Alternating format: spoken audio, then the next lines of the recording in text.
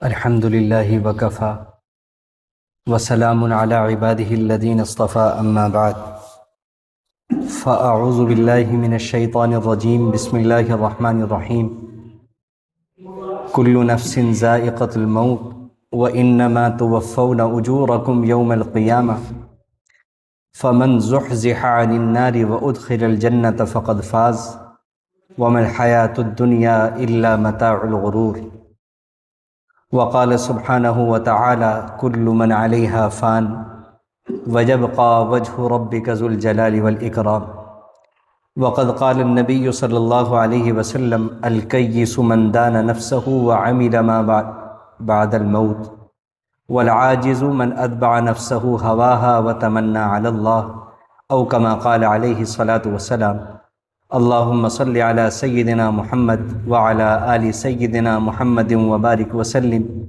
صلی اللہ علی النبی الامی صلی اللہ علی النبی الامی۔ واجب الاحترام بزرگوں، قابل قدر دینی ایمانی بھائیوں اور بہت ہی عزت و احترام کی مستحق دور بیٹھی سن رہی عزیز ماں اور بہنوں، قرآن کریم میں اللہ تعالیٰ نے فرمایا کہ اس دنیا کی ہر چیز فانی ہے، یہ دنیا بھی فانی ہے، فنا ہونے والی اور ختم ہونے والی ہے، اور اس دنیا کے اندر جو کچھ ہے وہ سارا کا سارا ایک نہ ایک دن اپنے متعینہ وقت پر ختم ہو رہا ہے اور ختم ہوتا رہے گا۔ وَيَبْقَى وَجْهُ رَبِّكَ ذُو الْجَلَالِ وَالْإِكْرَامِ، اور باقی رہنے والی تنے تنہا صرف اور صرف اللہ کی ذات ہے۔ اسی لیے موت ایک ایسی چیز ہے کہ جس کے بارے میں کسی کا کوئی اختلاف نہیں، حتیٰ کہ اللہ کے وجود تک کے بارے میں لوگ اختلاف کرتے ہیں، لیکن موت کے بارے میں کوئی اختلاف نہیں کرتا، سب جانتے بھی ہیں مانتے بھی ہیں کہ موت آنی ہے، اور یہ بات بھی جانتے بھی ہیں اور مانتے بھی ہیں کہ موت کا کوئی وقت متعین نہیں ہے، کبھی بھی آ سکتی ہے، کسی کو بھی آ سکتی ہے، ماں کے پیٹ میں بچے کو بھی آ جاتی ہے، پیدا ہوتے وقت بھی آ جاتی ہے، پیدا ہونے کے چند سیکنڈ بعد بھی آ جاتی ہے، 1 سال کے بچے کو بھی آ جاتی ہے، اس سے بڑے بچے کو بھی آ جاتی ہے، نوجوانی میں بھی آ جاتی ہے، شادی سے چند گھنٹے پہلے بھی آ جاتی ہے، مرد کو بھی آتی ہے، عورت کو بھی آتی ہے، تندرست کو بھی آتی ہے، بیمار کو بھی آتی ہے، مالدار کو بھی آتی ہے، غریب کو بھی آتی ہے، سب کو آتی ہے۔ لیکن مسئلہ یہ ہے کہ بحیثیت مسلمان مرد اور عورت ہم سب کا عقیدہ ہے کہ موت پر انسان کی زندگی ختم نہیں ہوتی، بلکہ موت کے بعد ہمیشہ والی جو زندگی ہوتی ہے اس کا آغاز ہوتا ہے،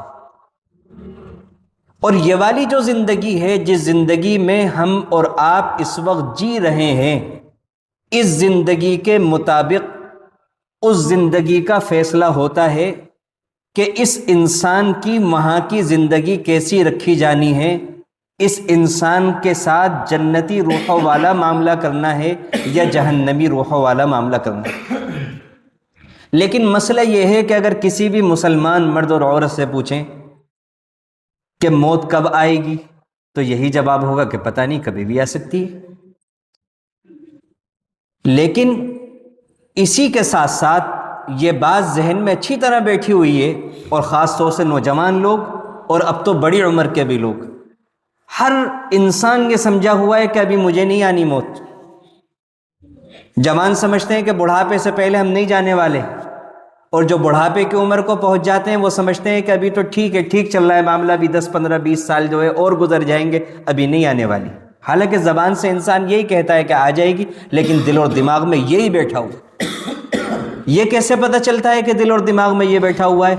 طرز زندگی دیکھ کر، کیونکہ اگر کسی انسان کو اس بات کا کھٹکا لگ جائے کہ مجھے کسی بھی وقت موت آ سکتی ہے، تو پھر اس انسان کے معاملات، اس کا زندگی گزارنے کا طریقہ، اس کا اللہ کے ساتھ معاملہ، اس کا بندوں کے ساتھ معاملہ، وہ نہایت مختلف ہوتا چلا جاتا ہے، اور ہر آنے والے دن کے ساتھ اس کے اندر نکھار آتا چلا جاتا ہے۔ اور ہمارے معاملات کے اندر یہ جو چیز نظر نہیں آتی، تو یہ صاف ثابت کرنے اور بتلانے کے لیے کافی ہے کہ اگرچہ ہم زبانوں سے کہتے ہیں کہ موت آنی ہے اور کسی بھی وقت آ سکتی ہے، لیکن موت اور موت کے بعد کی جو زندگی ہے اس کا جس معنی میں اور جس درجے میں ہمارے دلوں کے اندر یقین ہونا چاہیے، اس یقین سے ہمارے دل اور سینے خالی ہیں۔ اللہ کے نبی صلی اللہ علیہ وسلم کو یقین تھا مرنے پر اور مرنے کے بعد کی زندگی پر اور میدان حشر پر اور اس کے بعد کے معاملات پر۔ تو ان کا معاملہ کیا تھا اپنوں کے ساتھ اور کیا تھا غیروں کے ساتھ، وہ سن لیجئے، اس سے اندازہ ہوگا کہ جب موت اور موت کے بعد کی زندگی پر یقین ہوتا ہے تو کیا معاملہ ہوتا ہے۔ ایک مرتبہ اللہ کے نبی صلی اللہ علیہ وسلم نے اپنی کسی خادمہ کو کسی کام کے کرنے کا حکم دیا، تاخیر ہوئی۔ اس وقت آپ ام المؤمنین حضرت ام سلمہ رضی اللہ عنہ کے گھر میں تھے۔ انہوں نے پردہ ہٹا کر جو دیکھا تو وہ خادمہ کھیل رہی تھی، کسی چیز میں مشغول تھی اور آپ نے جو کام بتایا تھا وہ نہیں کر رہی۔ جب آپ کے سامنے وہ خادمہ آئی تو آپ کے ہاتھ میں مسواک تھی۔ آپ نے فرمایا کہ اگر قیامت کے دن کا خوف نہ ہوتا تو میں تمہیں اس مسواک سے مار دوں۔ اللہ کے نبی صلی اللہ علیہ وسلم کو غصے کی بات پر غصہ آتا تھا، خوشی کی بات پر خوشی ہوتی تھی، لیکن خوشی ہو یا غم کرتے وہی تھے کہ جو اللہ کو اس معاملے اور اس حالت کے اندر کرنا پسند ہے۔ اس لیے یہاں تکلیف ہو رہی ہے، غصہ آ رہا ہے، لیکن فرما رہے ہیں آخرت کا خوف مجھے روکا ہوا ہے، آخرت کے خوف کی وجہ سے میں تمہیں کچھ نہیں کہہ رہا ہوں اور میں تمہیں چھوڑ رہا ہوں۔ یہ معاملہ اپنوں کے ساتھ اور غیروں کے ساتھ۔ جنگ بدر کے اندر کچھ لوگ قیدی بن کر اللہ کے نبی صلی اللہ علیہ وسلم کے پاس آئے۔ اس میں ایک شخص جو قیدی بن کر آیا تھا وہ اللہ کے نبی صلی اللہ علیہ وسلم کا بدترین مخالف تھا، اور اس کو اللہ تعالی نے بیان کرنے کی غیر معمولی صلاحیت دی ہوئی تھی، اور وہ اللہ کے نبی کی مخالفت میں بہت زوردار تقریریں کیا کرتا تھا۔ حضرت عمر رضی اللہ عنہ نے مشورہ دیا، یا رسول اللہ اس کے 2 نیچے کے دانت اکھڑوا دیجیے تاکہ یہ یہاں سے جانے کے بعد آپ کی مخالفت میں پھر ایسی تقریر نہ کر سکے۔ اب آپ جواب سنیے اللہ کے نبی کا۔ یہ مثال دی تھی میں نے اپنوں کے ساتھ رویہ، یا غیروں کے ساتھ، غیر ایمان والے، غیر اسلام والے کے ساتھ یہ رویہ، جو اپنے آپ قیدی بن کر آیا ہوا ہے، جس کی جان بھی لے سکتے ہیں، جو اپنا مخالف ہے، اپنے آپ کو تکلیف پہنچانے والا ہے۔ آپ نے فرمایا کہ اگر میں اس کا چہرہ بگاڑوں گا تو قیامت کے دن اللہ تعالیٰ میرا چہرہ بگاڑ دیں گے، حالانکہ میں اللہ کا رسول۔ یہ ہے آخرت، اور یہ ہے فکر آخرت، یہ ہے آخرت کی پہچان، یہ ہے ایمان اور یہ ہے یقین۔ جب انسان کو موت یاد ہوتی ہے اور موت کے بعد کی زندگی کا یہ یقین ہوتا ہے کہ وہاں پر نسبتوں کے حساب سے معاملہ نہیں ہوگا، وہاں معاملات کے حساب سے معاملہ ہوگا، تو پھر انسان اپنے پرائے، چاہے اس سے تکلیف پہنچی ہوئی ہو، چاہے غصے کی حالت میں ہو، لیکن کام وہی کرتا ہے جو شریعت کے مطابق ہونا چاہیے۔ آپ نے نہیں کیا۔ اولاد سے انسان کتنی محبت کرتا ہے، جس کے دل میں جتنی نرمی ہوتی ہے وہ اولاد سے اتنی محبت کرتا ہے۔ اولاد ہی کی وجہ سے انسان چور بن جاتا ہے، ڈاکو بن جاتا ہے، بھائی بہنوں کا میراث کا حق مارنے والا بن جاتا ہے، رشتہ داریاں ختم کرنے والا بن جاتا ہے، اولاد کی محبت کی وجہ سے۔ اور اللہ کے نبی علیہ السلام اپنی اولاد سے سب سے بڑھ کر محبت کرنے والے تھے، اور اولاد میں سے حضرت فاطمہ رضی اللہ عنہا سے سب سے زیادہ بڑھ کر محبت کرنے والے تھے۔ آپ جب سفر سے واپس تشریف لاتے تو آپ مسجد میں تشریف لاتے، 2 رکعت پڑھتے اور 2 رکعت پڑھ کر سیدھے حضرت فاطمہ رضی اللہ عنہا کے پاس جاتے، ان سے ملاقات کرتے، ان کی پیشانی پر پیار کرتے، ان کے ہاتھ کے اوپر بوسہ دیتے۔ کبھی وہ گھر پر ملاقات کے لیے آیا کرتی تو آپ ان کے استقبال میں کھڑے ہو جایا کرتے، اپنی جگہ پر ان کو بٹھایا کرتے، پیشانی پر پیار کیا کرتے، ہاتھ پر پیار کیا کرتے۔ لیکن اس کے باوجود ایک موقع پر حضرت علی رضی اللہ عنہ نے حضرت فاطمہ رضی اللہ عنہ کو بھیجا کہ اللہ کے نبی علیہ السلام کے پاس کچھ خادم آئے ہوئے ہیں، ایک خادم اپنے گھر کے لیے لے آؤ، تمہیں آسانی ہو جائے۔ اللہ کے نبی کے پاس گئیں، آپ مشغول تھے، بات نہیں ہو سکی۔ اگلے دن اللہ کے نبی علیہ السلام آئے کہ بیٹی تم آئی تھی، کیا بات تھی؟ وہ شرم کے مارے کچھ نہیں بول سکی، تو حضرت علی رضی اللہ عنہ نے بتایا کہ میں نے بھیجا تھا اور اس غرض سے بھیجا تھا۔ آپ کا جواب سنیے، بیٹی سے انتہا درجے محبت ہونے کے باوجود آپ نے فرمایا فاطمہ اتق اللہ، اللہ سے ڈرو، اللہ سے ڈرو۔ اور اللہ کا جو حق ہے وہ بھی ادا کرو، اور تمہارے گھر والوں کی خدمت کی جو تمہاری ذمہ داری ہے، اپنے گھر کے کام کاج کرتی رہو، وہ کرتی رہو، اور جب بستر پر جایا کرو تو 33 مرتبہ سبحان اللہ، 33 مرتبہ الحمدللہ، 34 مرتبہ اللہ اکبر پڑھا کرو، یہ تمہارے لیے خادم سے بہتر ہے۔ جب آدمی کا اس زندگی کے بعد والی زندگی پر یقین ہوتا ہے تو پھر اس کا اولاد کے ساتھ جو محبت اور معاملہ ہوتا ہے وہ اس نوعیت کا ہو جاتا ہے، وہ بھی بدل جاتا ہے۔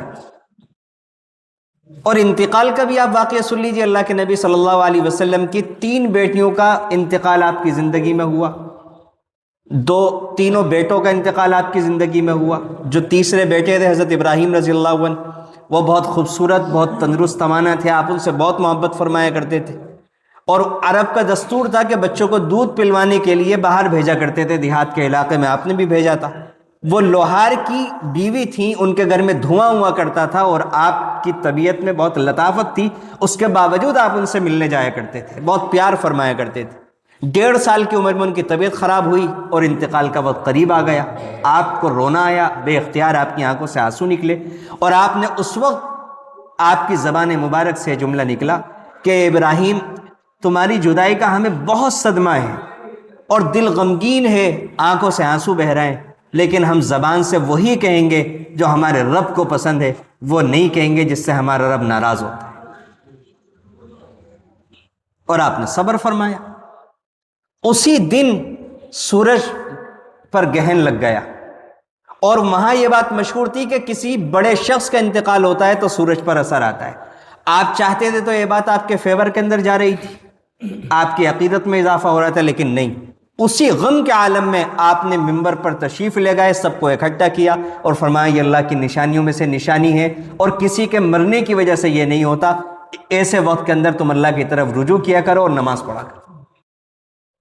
جب انسان کا مرنے کا یقین اس کے دل میں ہوتا ہے، قبر کا یقین ہوتا ہے، اور یہ یقین ہوتا ہے کہ جیسی زندگی گزاریں گے یہ پیش خیمہ ہے، یہ کھیتی ہے جو یہاں بو کر جائیں گے وہ وہاں کاٹنا ہے، تو پھر غصہ ہو، غم ہو، محبت کا معاملہ ہو، اپنے کا ہو، پرائے کا ہو، جذبات کچھ بھی کہتے ہوں، لیکن انسان سے عمل وہ صادر ہوتا ہے جو اللہ چاہتے ہیں۔ اور کبھی بتقاضۂ بشریت اس میں غلطی ہوتی ہے تو انسان توبہ کرتا ہے، گڑ گڑاتا ہے، جب تک اپنی آنکھوں سے آنسو نہیں بہا لیتا، جب تک اللہ اس کے دل میں اطمینان نہیں پیدا کر دیتے، وہ اللہ کے سامنے گڑ گڑاتا رہتا ہے، اللہ آپ کی حق تلفی ہو گئی، اور اللہ جو مجھے کرنا چاہیے تھا وہ میں نہیں کر سکا، مجھ سے بہت بڑی غلطی ہوئی، مجھے معاف فرمائے۔ تو یہ جو مرنے کا معاملہ ہے، بات اس پر چل رہی تھی کہ کچھ نہیں معلوم کہ کب اللہ کی طرف سے بلاوا آ جائے، کوئی اختیار نہیں ہوتا انسان کا 1 سیکنڈ کے لیے بھی منع کر دے۔ اللہ نے انسان کو اختیار دیا ہوا ہے دنیا کے اندر کچھ وقت کے لیے کہ جو چاہے کرو، یہ کرو گے اس کا انجام یہ ہے، یہ کرو گے اس کا انجام یہ ہے۔ وہ اختیار چھنتا ہے موت کے وقت سے کہ اب وہ اختیار ختم، اب ہمارے احکام لوگے نہیں لوگے اب تمہاری مرضی پر نہیں ہے، اب ہماری مرضی سے سارا کام ہوگا۔ موت آئی اور وہ اختیار ختم کہ ہمارا حکم آیا موت لو، تو اب انکار نہیں کر سکتے، لینی پڑے گی۔ پچھلے جمعے کا واقعہ ہے کہ اتوار کے دن ہمیں ایک نکاح کے اندر جانا تھا، اور جمعے کے دن صبح پتہ چلا کہ جس لڑکی کا نکاح تھا اس کے والدہ کا انتقال ہو گیا۔ پھر جمعے کے دن عصر کے بعد میں نے خود ایک نکاح پڑھایا، اور نکاح کے دوران مجھے اطلاع ملی کہ لڑکی کے والد جو ہیں وہ سخت بیمار ہوئے ہیں، اسپتال کے اندر انہیں ایڈمٹ کروایا گیا ہے، اور ہفتے کے دن رخصتی تھی، ہفتے کے دن رات میں رخصتی ہونی تھی، 2:30 بجے انتقال ہو گئے۔ اسی دن جس دن سارا کام ہونا ہے، شادی ہال کے اندر ساری تیاریاں چل رہی ہیں، کھانے پک رہے ہیں، سب ہو رہا ہے، اور 2:30 بجے انتقال ہو گیا۔ جس وقت میں رات کو کسی باپ کو اپنی بچی کو رخصت کرنا تھا، اس باپ کو نہیں معلوم تھا 1 دن پہلے اور 2 دن پہلے بھی کہ اس وقت میں بچی کو رخصت نہیں کر سکوں گا، میں تو اس دن قبر میں ہوں گا۔ تو یہ جو واقعات اللہ تعالیٰ مجھے اور آپ کو دکھاتے ہیں، تو یہ شیطان ہمارے دل کے اندر یہ بات ڈالتا ہے تو فلاں کے ساتھ پیش آئے۔ وہی بات جو میں شروع کے اندر کہہ رہا تھا کہ پوچھیں کسی سے بھی، آدمی کہے گا بے شک موت کا وقت نہیں معلوم، کبھی بھی آ سکتی ہے، مجھے بھی آ سکتی ہے، لیکن ہر ایک یہ سوچ کر بیٹھا ہوا ہے کہ مجھے بھی نہیں آنے والی۔ ابھی تو 5-10 سال 20 سال 30 سال آرام سے گزاروں گا. نوجوان یہ سوچتے ہیں کہ بڑھاپے سے پہلے کچھ نہیں ہونے والا. جو بڑھاپے کی عمر کو پہنچ گئے وہ دیکھتے ہیں کہ ابھی فلاں ہے باقی ہے مجھ سے بڑا، فلاں باقی ہے مجھ سے بڑی، تو ان کے بعد جا کر کے نمبر آئے گا. ابھی تو کوئی ایسے حالات نہیں نظر آ رہے. یہ واقعات کیا بتاتے ہیں؟ یہ مجھے اور آپ کو جھنجھوڑتے ہیں، بتاتے ہیں. ابھی کل یا پرسوں کی بات ہے، کسی نے فون کے اوپر مسئلہ معلوم کیا. ان کی بہن کا مسئلہ تھا، 7 مہینے کا بچہ تھا، پیٹ کے اندر انتقال ہو گئے. وہی بات جو میں بیان میں شروع میں کہہ رہا تھا کہ ماں کے پیٹ میں بھی انتقال ہو جاتا ہے. آپریشن بھی ہوا، بچہ مردہ حالت میں نکلا اور تدفین ہو گئی. یہ دنیا کی حقیقت کچھ اور ہے اور نظر کچھ اور آتا ہے. اور اللہ نے یہ جو دنیا کے اندر کشش رکھی اسی لیے تھی کہ اگر یہ کشش اللہ تعالیٰ دنیا کے اندر نہ رکھتے تو دنیا میں انسان جیتا کہاں، روتا رہتا ہر وقت. یہ بیوی بچے، یہ مزے مزے کے کھانے، یہ شاندار نظارے، یہ رکھے ہی اسی لیے تھا آزمائش کے لیے. انا جعلنا ما علی الارض زینۃ لہا لنبلوہم ایہم احسن عملا. یہ ہم نے اسی لیے مزین کیا ہے دنیا کو کہ تاکہ تمہیں جانچیں، تمہیں آزمائیں کہ تم میں سے کون اچھے عمل کرتا ہے. یہ پردہ ڈالا ہوا ہے. ہمارے یہاں ہوتا ہے نا دنیا کے اندر کہ وہ خراب سی چیز ہوتی ہے اور اس کے اوپر اچھی سی پیکنگ کر دی جاتی ہے. تو بالکل اسی طریقے سے یہ خراب سی چیز، فانی چیز، یہ فنا ہونے والی چیز، اس دنیا کا سب سے بڑا عیب فنا ہونا ہے. انسان مکان بناتا ہے، وہ مکان بھی ٹوٹنے والا ہے، اور مکان سے پہلے انسان خود ٹوٹنے والا ہے، خود چھوڑ کے چلا جائے گا. مکان بناتا ایک آدمی ہے، رہتی اس کے اندر کئی نسلیں ہیں. بناتا کوئی ہے، رہتا کوئی. کماتا کوئی ہے، استعمال کوئی اور کرتا ہے. یہی چلا آ رہا ہے. دنیا کے اندر کوئی اچھا یا برا کام کر جاتا ہے، اچھا یا برا راستہ چن کر دے کر کے چلا جاتا ہے، نفع کی نقصان کی چیز دے کر چلا جاتا ہے، قبر کے اندر پہنچ جاتا ہے، نفع نقصان دوسرے لوگ اٹھاتے. یہ چلا آ رہا ہے دنیا کے اندر. لیکن قرآن کریم نے ہمیں بار بار سمجھایا کہ دیکھو وَإِنَّ الدَّارَ الْآخِرَةَ لَهِيَ الْحَيَوَانُ. زندگی تو اسے کہتے ہیں جس میں موت نہ ہو. صحت تو اسے کہتے ہیں جس صحت میں بیماری نہ ہو. مزہ اس مزے کو کہتے ہیں جس مزے کے زوال کا ڈر نہ ہو. اور دنیا میں ہر صحت کے ساتھ بیماری کا اندیشہ، ہر خوشی کے زوال کا اندیشہ، خوشی کے ساتھ غم، بچپن کے بعد جوانی، جوانی کے بعد بڑھاپا، زندگی کے ساتھ موت کا ڈر، حادثات کا ڈر، چھن جانے کا ڈر، اور نہ جانے کتنے ڈر اور کتنے اندیشے اور کتنی مصیبتیں، کتنی پریشانیاں. کوئی دن کوئی مرد یا عورت ایسا یاد کر کے نہیں بتا سکتا کہ جس دن میں ساری باتیں انسان کے مزاج کے مطابق ہو گئی ہوں اور مزاج کے خلاف ایک بات نہ ہوئی ہو. ہزاروں واقعات، سینکڑوں واقعات روزانہ ایسے ہوتے ہیں جو انسان کے مزاج، اس کے دماغ، اس کی سوچ، اس کے دل کے جذبات کے خلاف ہوتے ہیں. یہاں آرام ہے کسی کو؟ آرام والی زندگی تو وہاں کی زندگی ہے. اور اللہ اسی لیے چاہتے ہیں کہ یہاں میرے بندو ایسی زندگی گزار دو، ایسی زندگی گزار دو کہ تمہیں کم سے کم وہاں تو ہمیشہ کا آرام میسر آ جائے. یہاں تو ایسی زندگی گزار دو کہ وہاں تمہیں ہمیشہ والی زندگی نصیب ہو جائے. یہاں ایسی زندگی گزار دو کہ وہاں تمہیں ہمیشہ کے لیے خوشیاں میسر آ جائیں. لیکن بیچ میں شیطان گھس جاتا ہے، اور شیطان ہمیں دنیا کی لمبی لمبی پلاننگیں، لمبی لمبی آرزوئیں، لمبی لمبی تمنائیں. عجیب بات ہے، عمر بڑھ رہی ہوتی ہے بلکہ گھٹ رہی ہوتی ہے، کیونکہ دنیاوی اعتبار سے کہا جاتا ہے عمر بڑھ رہی ہے. مثال کے طور پر کوئی 60 سال کا شخص ہو گیا تو کہا جائے گا ماشاءاللہ 60 سال بڑے ہیں. لیکن 60 سال بڑے کہاں ہیں؟ 60 سال تو وہ چھوٹے ہو گئے، کیونکہ اگر ان کی زندگی 65 سال لکھی ہوئی تھی تو 60 سال کم ہو گئے، 5 باقی ہیں. زندگی سے دور اور موت سے قریب ہو رہا ہے انسان. ہر آنے والے لمحے میں بھی ہو رہا ہوں، آپ بھی ہو رہے ہیں، سب ہو رہے ہیں. تو یہ بیچ میں شیطان کیا کرتا ہے کہ لمبی لمبی آرزویں، تمنائیں. حالانکہ انسان کا دل اور ضمیر بار بار کہتا ہے کہ بھائی اب تو اتنی زندگی گزر چکی، اب تو جانے کا وقت آ رہا ہے. لیکن یہ لالچ، یہ دنیا کی حرص، یہ دنیا کی تمنائیں، اس سے پیٹ نہیں بھرتا اور بھرے گا بھی نہیں. یہ تو زبردستی کرنا پڑے گا، نفس سے کشتی کرنی پڑے گی، جنگ لڑنی پڑے گی، مقابلہ کرنا پڑے گا. دنیا میں آرزویں پوری کرنے کے لیے نہیں آئے، دنیا میں تمنائیں پوری کرنے کے لیے نہیں آئے. یہ دارالآزمائش ہے، یہ محنت کی جگہ ہے. یہاں ہمیں اور آپ کو نفس اور شیطان کا مقابلہ کر کے اللہ کا فرما بردار اپنے آپ کو ثابت کرنا ہے اور وہ مہلت دن بدن کم ہوتی جا رہی ہے۔ ہر مرد اور عورت اپنی زندگی کا جائزہ لے لے کہ پہلی زندگی جو گزاری ہے اس سے کیا ثابت ہوتا ہے کہ میں شیطان کا وفادار رہا یا رحمان کا وفادار رہا، میں نے نبی کے طریقے پر زندگی گزاری یا میں نے شیطان کے نقش قدم پر چل کر کے اپنی زندگی گزاری۔ امام غزالی رحمۃ اللہ علیہ نے شاندار نسخہ دیا ہے موت کی تیاری کا۔ وہ فرماتے ہیں کہ انسان صبح جب اٹھے تو اپنے نفس سے اللہ کو حاضر ناظر جان کر یہ معاہدہ کر لے، یہ وعدہ کر لے، اللہ آج کے دن میں کوئی گناہ نہیں کروں گا، آپ کی نافرمانی نہیں کروں گا۔ اور پھر جو بھی کام کرے اس کام کے کرنے سے پہلے ذرا سے 1-2 سیکنڈ یہ سوچ لے کہ یہ کام کرنے سے جو میں نے صبح وعدہ کیا تھا میرا وعدہ تو نہیں ٹوٹے گا، یہ کام صحیح ہے یا غلط ہے، اگر غلط ہے تو باز آ جائے، صحیح ہے تو کر لے۔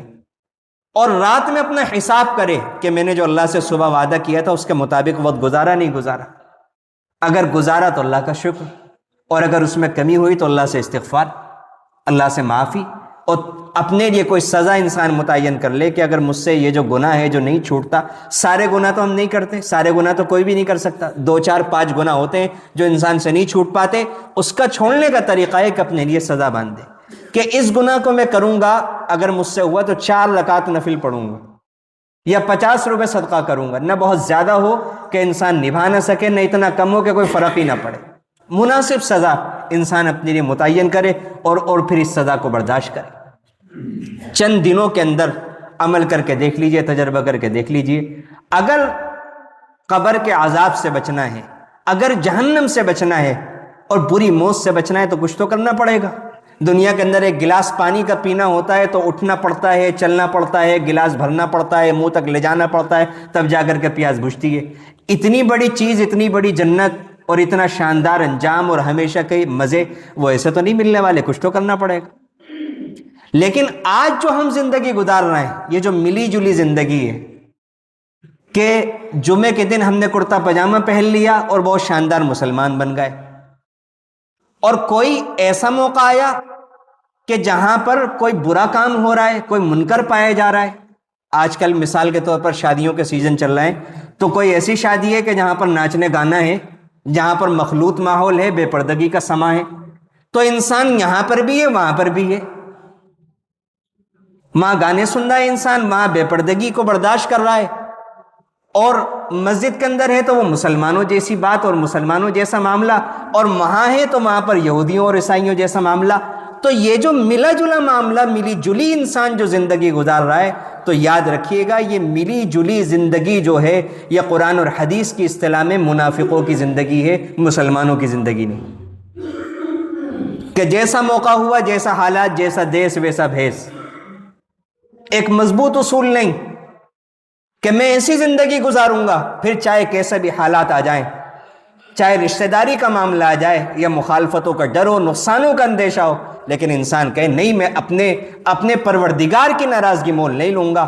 اگر پروردگار کی ناراضگی میں مخلوق ناراض ہوتی ہے تو مخلوق ناراض ہو جائے، مجھے واسطہ اللہ سے پڑھنا ہے، اس زندگی میں بھی میرا واسطہ اللہ سے، مرنے کے بعد بھی واسطہ اللہ سے، مرنے کے بعد بھی اللہ سے واسطہ ہے۔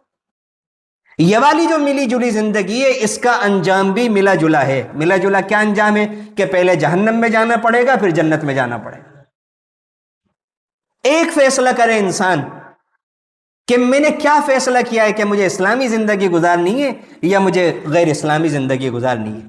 کیا بات ہے کہ اللہ تعالیٰ نے اپنے نبی کے ذریعے سے جو جمعے کا خطبہ، جو نکاح کا خطبہ دلوایا، اس نکاح کے خطبے کے اندر قرآن کریم کی 3 آیتیں پڑھی جاتی ہیں، ان میں سے ایک آیت موت کے بارے میں۔ نکاح اور موت کیا جوڑ ہے؟ ہم نے سنا ہے بزرگوں سے کہ یہ اللہ کے نبی کی ہمت تھی اور اللہ کے نبی کی شان تھی کہ آپ نے نکاح کے موقع پر موت کو یاد دلایا، کیونکہ نکاح اور شادی کے موقع پر انسان اپنے آپے سے باہر ہو جاتا ہے اور خلاف شریعت اور خلاف قانون اور اللہ کے احکامات کو جتنا شادی کے موقع پر توڑا جاتا ہے، اچھے اچھے دیندار، ان کی دینداری جو کمزور پڑ جاتی ہے جتنا شادی کے موقع پر یہ مناظر دیکھنے کو ملتے ہیں اور اس کے علاوہ دوسرے موقع پہ نہیں ملتے۔ اس لیے اللہ نے اس موقع پر خطبہ نکاح میں اپنے نبی کے ذریعے سے موت کا موضوع شامل کروایا کہ دیکھو مرنا ہے۔ اس موقع پر، خوشی کے موقع پہ یہ اللہ نے دیے، ہونا تو یہ چاہیے تو اللہ کا شکر ادا کرتے، یہی اللہ کا شکر ہے کہ اور نافرمانیاں کرو 10-20 دن پہلے سے خود بھی گانے سنو، گانے بجاؤ اور پورے علاقے اور پورے محلے کو سناؤ۔ اور سب کو گنہگار کرو، سب کو گناہ میں شریک کرو، یہ اللہ کا شکر ادا کرنے کا طریقہ ہے؟ اور سب کو بے پردہ کر دو، سب کو ناچ گانے کے اندر شریک کر دو۔ وَلَا تَمُوتُنَّ إِلَّا وَأَنْتُمْ مُسْلِمُونَ، ساری زندگی اسلام کی حالت میں گزارنی ہے اور مرنا بھی اسلام کی حالت کے اندر ہے۔ یہ ملی جلی زندگی جو ہے یہ بہت بھاری پڑنے والی ہے اس انسان کو کہ جو اللہ سے معافی مانگے بغیر اسی حال میں دنیا سے چلا گیا۔ یہ ملی جلی زندگی اللہ کو ایک آنکھ نہیں بہاتی، یا تو ادھر یا ادھر۔ ایک مضبوط فیصلہ کر لے انسان کہ مجھے اسلامی زندگی گزارنی ہے، پھر اپنی رسی اللہ کے ہاتھ میں دے دے، اس کے رسول کے ہاتھ میں دے دے کہ جو اللہ اور اس کے رسول کا حکم ہوگا میں وہی کروں۔ کبھی کبھی انسان ہے کہ انسان سے چوک ہو جاتی ہے، غلطی ہو جاتی ہے۔ جب کبھی غلطی ہو جائے، چوک ہو جائے، تو انسان اللہ تعالی سے توبہ کرے، تو اللہ کو معلوم ہے کہ اس نے کیسی زندگی گزاری ہے، ڈر ڈر کے گزاری ہے، اس نے تعلقات اور ساری چیزیں شریعت کے دائرے میں رہ کر کے گزاری ہیں، تو اللہ تعالیٰ کرم کا معاملہ فرمائیں گے۔ سوچنے کی بات یہ ہے، ایک آخری بات کہہ کر میں اپنی بات کو مکمل کرتا ہوں، کہ آج ہم جو یہ ملی جلی زندگی گزار رہے ہیں کہ کبھی نماز پڑھ بھی لی، کبھی چھوڑ بھی دی، کوئی بھی موقع آیا نماز پڑھ لی، چھوڑ دی، پردہ اختیار کر لیا جب دل چاہ چھوڑ دیا، گانے بھی سن لیے، نعتیں بھی سن لی، قرآن کریم بھی سن لیا، اچھی محفل میں بھی، بری محفل میں بھی، اچھے لوگوں کے ساتھ بھی، برے لوگ، یہ ساری چیزیں جو ہماری چل رہی ہیں، یہ سوچیں کہ قیامت کا دن آ گیا اور آنا ہے، اور بڑی قیامت تو جب آئے گی، چھوٹی والی تو آنے والی ہے۔ جب مر گئے چھوٹی قیامت تو تبھی آ گئی، جبھی حساب و کتاب کا ایک نقشہ میرے اور آپ کے سامنے آنے والا ہے۔ اس وقت سوچیں، ذرا تصور کریں کہ اللہ کی طرف سے مجھ سے سوال ہو رہا ہے کہ یہ جو آپ اس محفل میں شریک تھے، یہ جو آپ یہ والی زندگی گزار رہے تھے، تو کیوں گزار رہے تھے؟ دنیا میں کوئی سوال کرے تو انسان جواب دیتا ہے کہ کیا کریں، آج کل ماحول بہت خراب ہے، رشتہ داریاں تو نبھانی ہیں، تعلقات تو نبھانے ہیں، سب سے کٹ کر تو نہیں بیٹھ سکتے، تو اس لیے شریک ہو جاتے ہیں۔ اللہ بڑا غفور الرحیم، اللہ تعالیٰ معاف فرما دیں گے۔ انسان یہ تصور کرے کہ میں اللہ کے سامنے ہوں اور اللہ کو یہ جواب دے رہا ہوں، کیا اللہ کو دے دیں گے یہ جواب؟ اللہ کے یہاں چل جائے گا یہ جواب سن کر اللہ تعالیٰ نجات دے دیں گے؟ یہ جواب سن کر کے کیا عذاب سے نجات مل جائے گی؟ بدلے میں کیا اللہ تعالیٰ یہ جواب سن کر یہ سوال نہیں کریں گے کہ تم مجبور تھے یا میں مجبور تھا؟ انسان کہے گا اللہ میں مجبور تھا، تو اللہ کہیں گے نامہ اعمال میں دکھاؤ تم نے کبھی اپنی مجبوری میرے سامنے رکھی ہو کہ اللہ میرے اندر ہمت کم ہے، میرے اندر حوصلہ کم ہے، اللہ ماحول کے اثرات سے میں بچ نہیں پا رہا، اللہ آپ اس مجبوری کو دور کر دیجئے، میری ہمت بڑھا دیجئے؟ کب دعا کی تھی؟ تم تو خوشی سے شریک تھے، تم تو کر رہے تھے ان کاموں کو، یہ تمنا تو تمہارے دل کے اندر بھی تھی، پوری کوئی اور کر رہا تھا لیکن جذبات تو تمہارے دل کے اندر بھی تھے۔ پھر کیا جواب دے گا انسان اللہ تعالیٰ؟ سمجھے اس بات کو، اللہ کو جواب دینا ہے۔ وہاں دوستیاں کام نہیں آتی، وہاں تعلقات کام نہیں آتے، وہاں طاقت اور اقتدار کام نہیں آتا، وہاں مالی وجاہت کام نہیں آتی، سب رکھا رہ جاتا ہے۔ قبر کے اندر مجھے اور آپ کو سب کو خالی ہاتھ جانا ہے، اور جو ہم نے کر لیا وہی ہمارے کام آئے گا۔ بعد میں کون کیا کرتا ہے؟ سیدھی سی بات ہے، میں تو اس موضوع پر یہ کہتا ہوں کہ میں اور آپ دیکھ لیں ہم اپنے ماں باپ کو کتنے ہی سال ثواب کرتے ہیں، جتنا ہم کر رہے ہیں آگے جیسے حالات ہیں شاید اس سے کمی ہوگا، زیادہ تو ہوتے ہوئے نظر نہیں آتا۔ تو ہمیں خود تیاری کرنی ہے اپنی قبر کے لیے، ہمیں خود تیاری کرنی ہے موت کے بعد کی زندگی کے لیے، ہمیں خود اگر جنت میں پہنچنا ہے، اور یقیناً پہنچنا ہے، اس کے بغیر کام ہی نہیں چل سکتا۔ سوچے تو صحیح، اللہ نے مجھے اور آپ کو انسان کیوں بنایا؟ اگر ہم انسان سے بھی وہی زندگی اور وہی مقصد مطلوب ہوتا جو ایک بھینس سے اور ایک بکرے سے ہے کہ کھاؤ پیو مزے کرو جنسی خواہش پوری کرو اور ایک دن مر جاؤ ختم ہو جاؤ، تو پھر اللہ نے فرق کیوں رکھا انسانوں میں اور دوسرے مخلوقات کے اندر؟ انسان کو عقل سے کیوں نوازا؟ انسان کا اکرام کیوں کیا؟ اسے بولنے کی طاقت کیوں دی؟ سمجھنے کی صلاحیت کیوں دی؟ ترقی کا مزاج کیوں دیا؟